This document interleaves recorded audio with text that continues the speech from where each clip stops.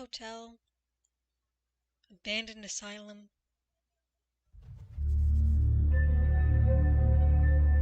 Are we going to get dilapidated hospital next? Nom nom nom nom nom.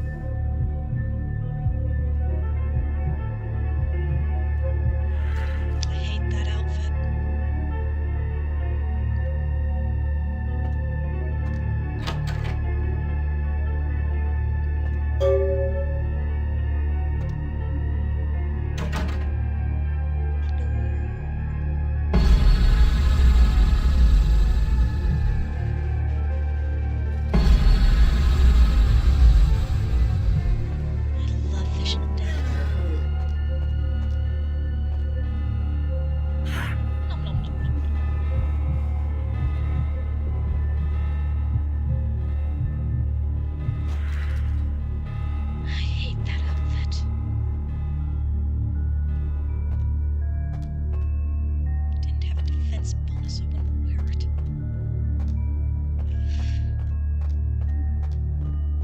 Does it even have a defense bonus? It doesn't cover anything.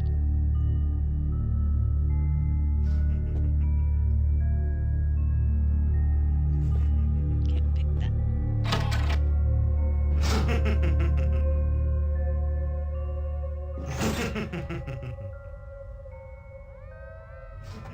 Gonna have to spoil your fun, my dude.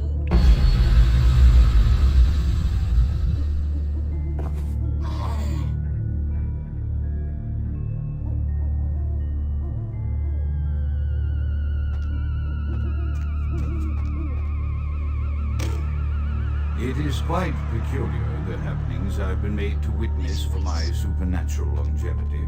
I am thinking of one unfortunate phenomenon in particular, of unique interest to my station, both as a professional and as a sufferer of this vampiric condition. It seems the stream of time has begun to erode the moorings of my chosen course of study, for the methodologies that gave birth to psychology are slowly disappearing.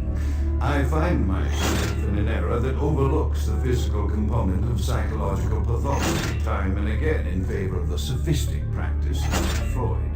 Phrenology, dactopintilism, and the rest of the old guard has fallen by the wayside, its champions all silenced in death, with my unique exception.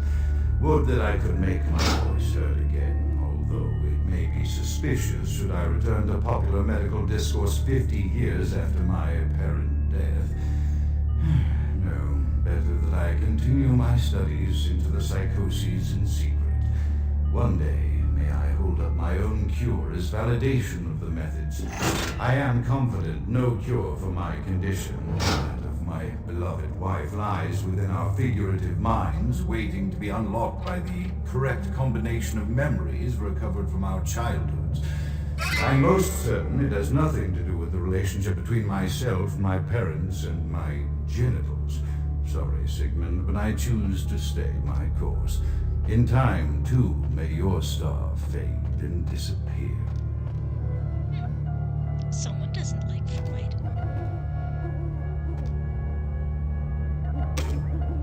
Another unfortunate casualty to tide of time, insane asylums. I lament their loss not only as brokerage houses for the breadth and depth of human psychoses, but also I shall mourn the disappearance of that peculiar environment present only in an insane asylum. That palpable atmosphere of blistered brains and churning bowels, the odoriferous melange of freely flowing bodily humors, that gently rolling cacophony of distant sobs and screams, the muttered cursing of perceived enemies, and the blissful gurgling of the lobotomized, like a newborn babe discovered. I shall still find best I find daily sustenance in the night, but this climate, I fear, may never be replicated.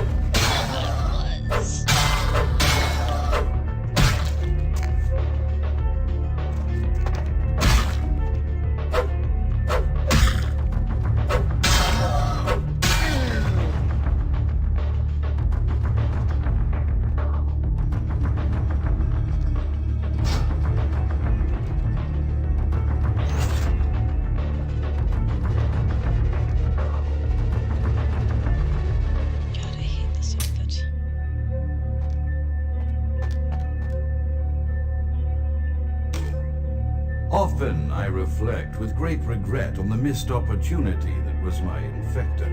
Had I been conscious after the attack, I could have stopped the orderlies from locking her in the rolling pen. What I would give for just one interview, a few simple questions of the plague-ridden woman who met her end at dawn. Of course, there is no guarantee she would have been any more helpful than my current crop of test subjects, newly wretches. Few could be called enthusiastic. Given the nature of the tests, I cannot expect the same fervor from all, but a modicum of cooperation would be appreciated. Animals. The one called John went so far as to gnaw off his arm and escape into the floorboards like some feral rodent. I still hear him scurrying about at night. He must be making an atrocious mess in there. My studies proceed at a languid pace. I'm mired in a foul ennui as my wife's illness advances. My subjects grow restless without proper supervision, but I cannot pull myself back from this black depression. How many nights I've wasted now, gazing from the tower walk, pondering the frailty of existence.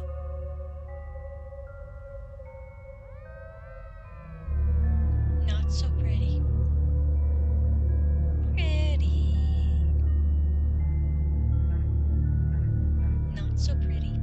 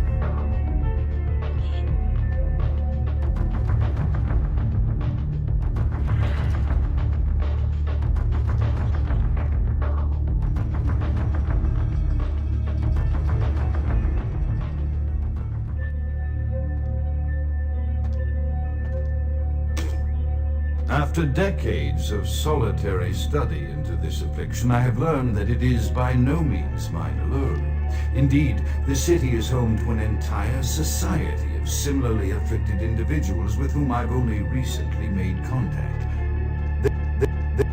They are an understandably standoffish sort by and large, but I have been able to confirm with them that the condition is indeed vampirism, which apparently comes in a multitude of strains, each with a spectacular set of symptoms such as invisibility and even a sort of lycanthropy.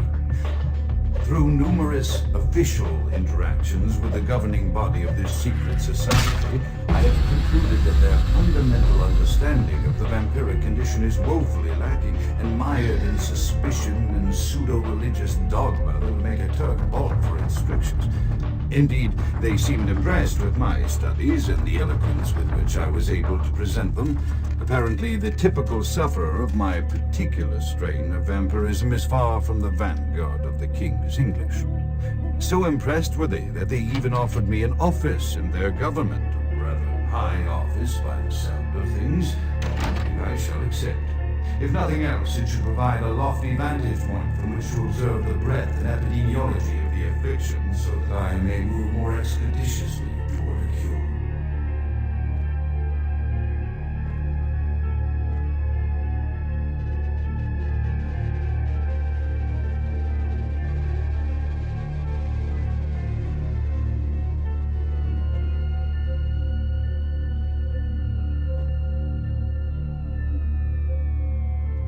Just an oddity with the texture.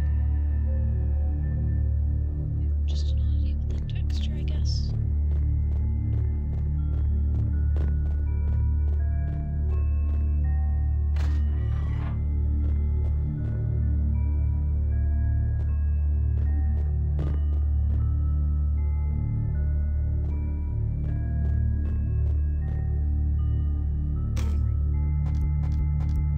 I have accepted the role of Primogen for Clan Malkavian, the dreadfully winsome label applied to the particular strain of vampirism I suffer, so named for some supposed vampire father figure of old.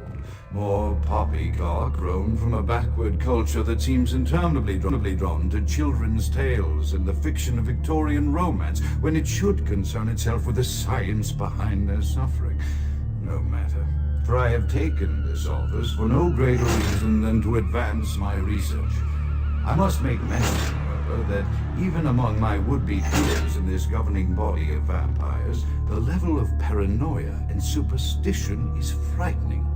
Their intelligence is not the question, no, indeed. As they courted me for this appointment, I had to suspect that their overtures were hand-tailored to what must be my obvious infatuation with reason, for the devil would do well to have such honey-tongued tempters. Even so, I could not help but notice the dressing of language these vampire leaders chose for their siren song. Whether it is born of habit, from addressing their unwashed, ill-educated subjects, or from their own deep-seated beliefs, their linguistic flourishes belie a faith in superstition over the providence of empirical reason that must be an all-pervasive theme in this society of darkest night. Damn it all, now I'm doing it too.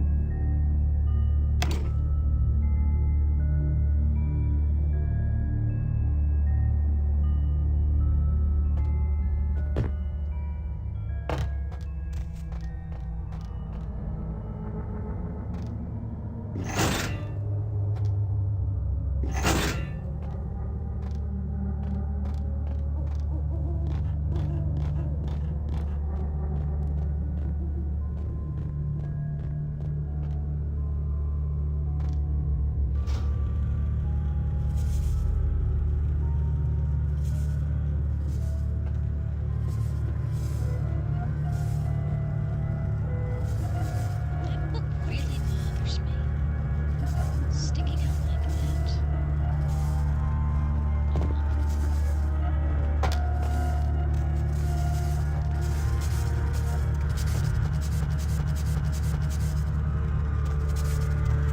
Keeps freezing. Definitely gonna save.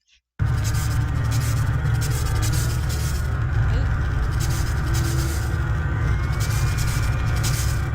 Like that. Oil or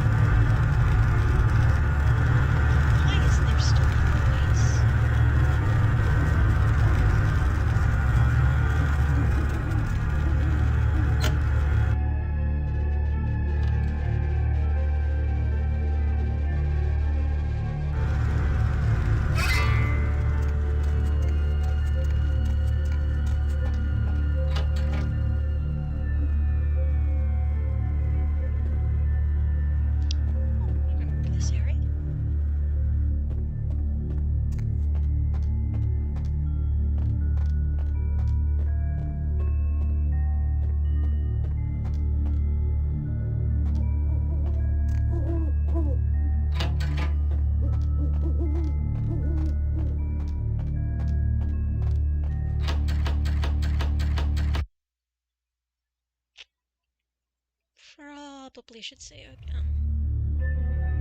My goodness, not a lot is happening in this place. You'd think a shut down insane asylum would have going on. Like that.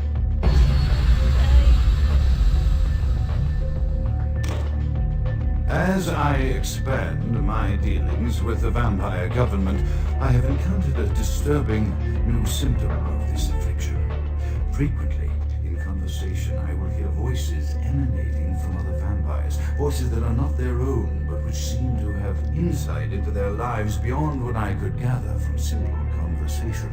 These voices seem to echo from deep within my fellow vampires, and I cannot be certain if this symptom belongs to my strain of illness or theirs, for the voices are various and inconsistent. I dare not mention this symptom to my vampiric peers, for they have proven themselves too pedants and I would be loath to reveal any sign of weakness.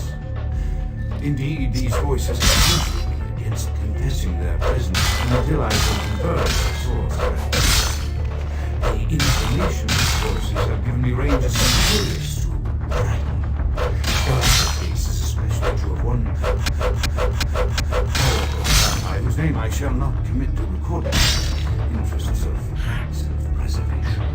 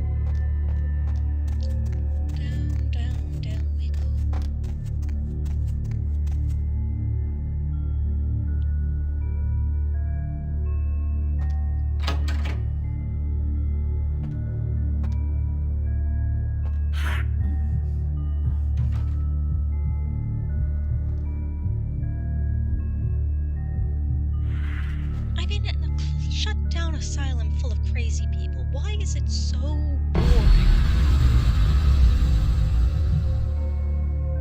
It has no right to be this.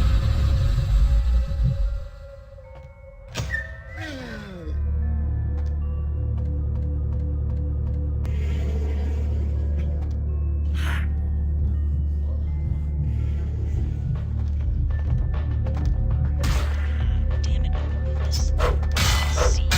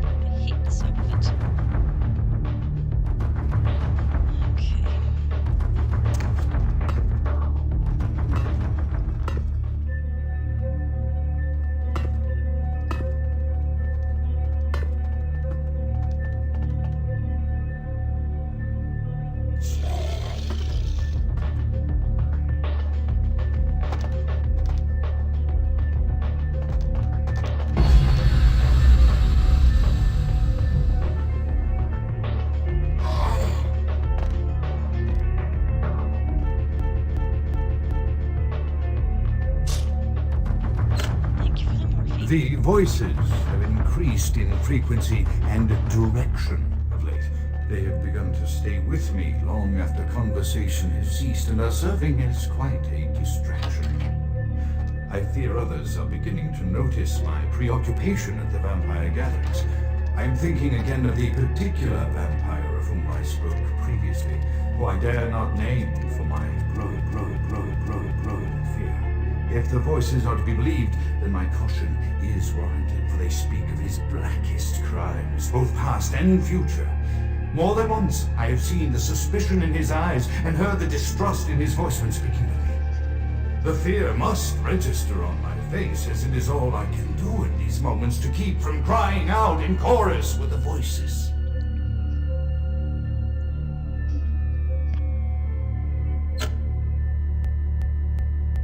I am no longer safe.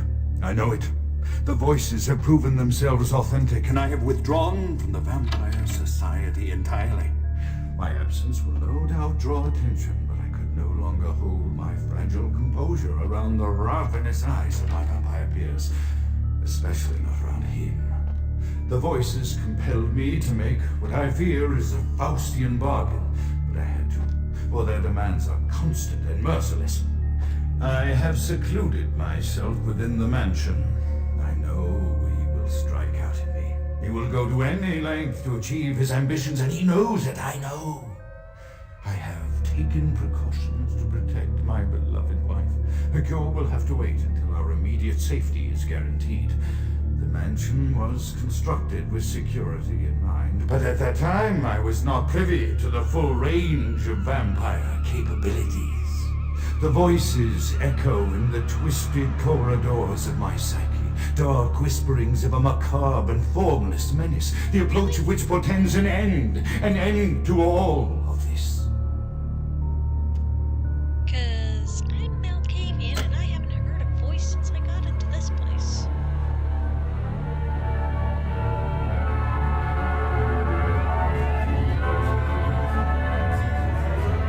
I feel as though I'm missing something.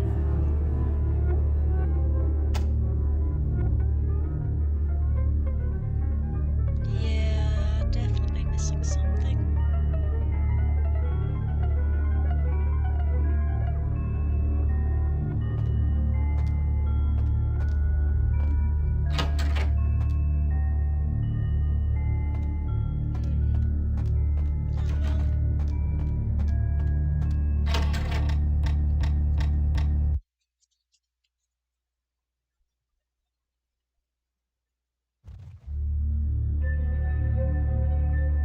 Oh dear.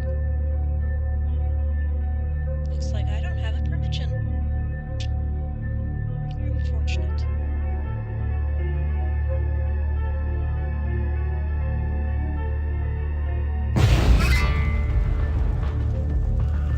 That sounds like something I should be saving.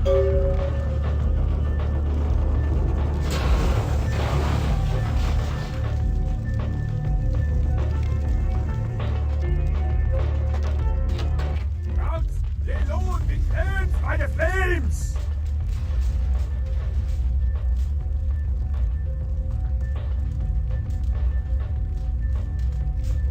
How is that? Pity it could not be by my hand. No matter.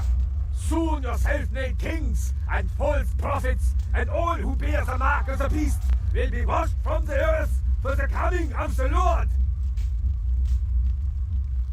And I thought I was crazy.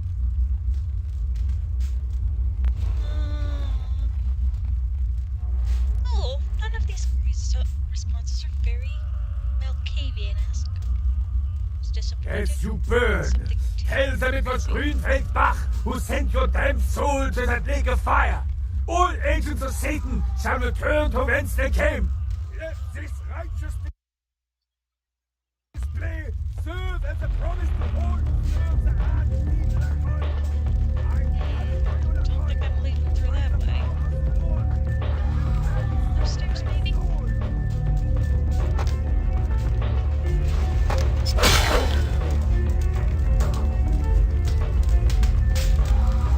Upstairs, no.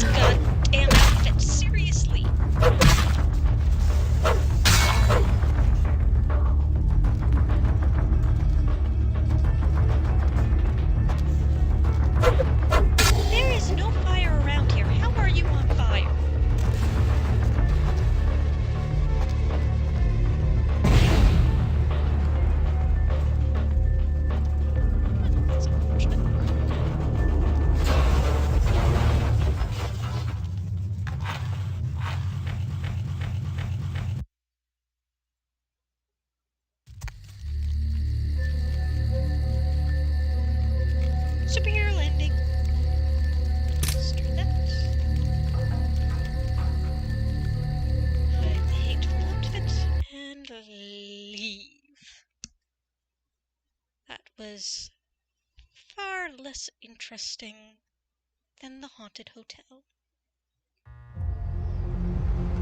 Far, far less interesting.